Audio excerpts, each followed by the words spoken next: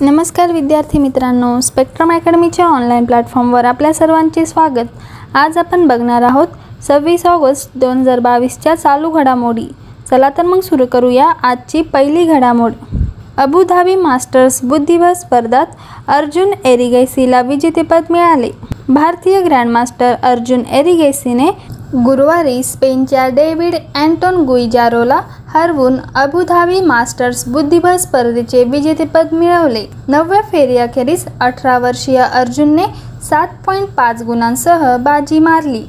अर्जुन सर्व 9 फेऱ्यांमध्ये अपराजित राहिला आणि उझबेकिस्तानच्या जावोखिर सिंदारोव्हपेक्षा अर्ध्या गुणांची आघाडी मिळवत अजिंक्यपद पटकावले। लाईव्ह रेटिंग्स यादीत तिसऱ्या स्थानी असलेल्या अर्जुनने गेल्या काही स्पर्धांमध्ये आपल्या कामगिरीने सर्वांचे लक्ष वेधले आहे। बघूया पुढील घडामोड।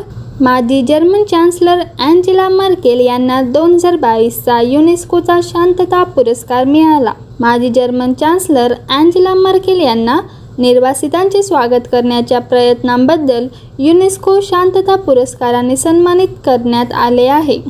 United Nations Educational Scientific and Cultural Organisation युनेस्कोच्या वेबसाईटनुसार मर्केल यांना 2015 मध्ये 1.2 दशलक्षाहून अधिक निर्वासितांचे स्वागत करण्याच्या धाडसी निर्णयासाठी 2022 फेलिक्स हॉफाउट-बॉयनी युनेस्को शांतता पुरस्काराने सन्मानित करण्यात आले। युनेस्को शांतता पुरस्काराची स्थापना 1989 मध्ये संयुक्त राष्ट्रांच्या सनद आणि युनेस्कोच्या घटनेनुसार करण्यात आली। हा पुरस्कार एखाद्या व्यक्तीला, एखाद्या संस्थेला किंवा खाजगी किंवा सरकारी संस्थेला प्रोन्नती, अभ्यास, सुरक्षितता किंवा शांतता राखण्यासाठी महत्त्वपूर्ण योगदान दिल्याबद्दल दिला जातो। बघूया पुढील घडामोड। लिबर्टी मेडल 2022 युक्रेनचे राष्ट्रपती झेलेन्स्की यांना देण्यात येणार आहे। लिबर्टी मेडल 2022 युक्रेनचे राष्ट्राध्यक्ष व्लोदिमीर झेलेन्स्की यांना या पतनात देण्यात येईल। नॅशनल कॉन्स्टिट्यूशनल सेंटरने जाहीर केले आहे की झेलेन्स्की यांना ऑक्टोबरमध्ये एका समारंभात रशियन जुलूमशाहीचा सामना करताना स्वातंत्र्याचे वीर संरक्षण म्हणून सन्मानित केले जाईल।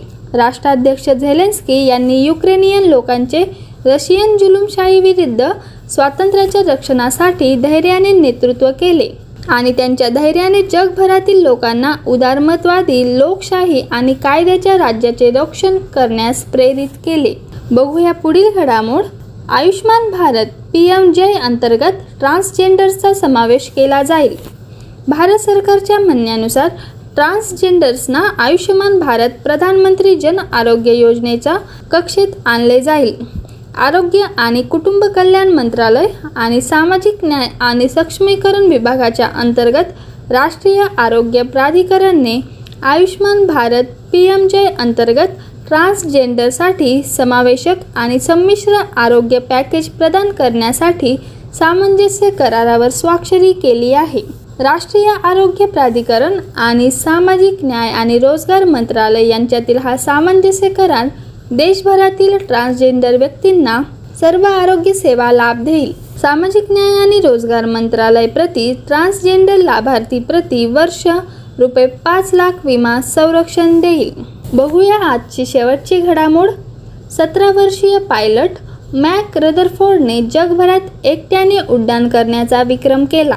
17 वर्षीय वैमानिक मॅक रदरफोर्ड हा बल्गेरियात उतरल्यानंतर एका लहान विमानातून जगभर एकट्याने उड्डाण करणारा सर्वात तरुण व्यक्ती ठरला, जिथे 5 महिन्यांपूर्वी त्याचा प्रवास सुरू झाला।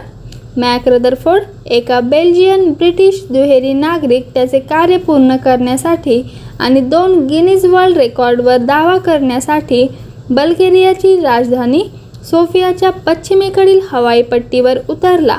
स्वतःहून जगभर उड्डाण करणारी सर्वात तरुण व्यक्ती बनण्याबरोबरच रदरफोर्ड हा मायक्रोलाइट प्लेनमध्ये जगाला प्रदक्षिणा घालणारा सर्वात तरुण व्यक्ती आहे। धन्यवाद विद्यार्थी मित्रांनो। स्पेक्ट्रम अकॅडमीच्या ऑनलाईन प्लॅटफॉर्मवर असेच नवनवीन व्हिडिओ बघण्यासाठी स्पेक्ट्रम अकॅडमीचे यूट्यूब चॅनल सबस्क्राईब करा। व्हिडिओला लाईक आणि शेअर करा। लाईक केल्याबद्दल धन्यवाद।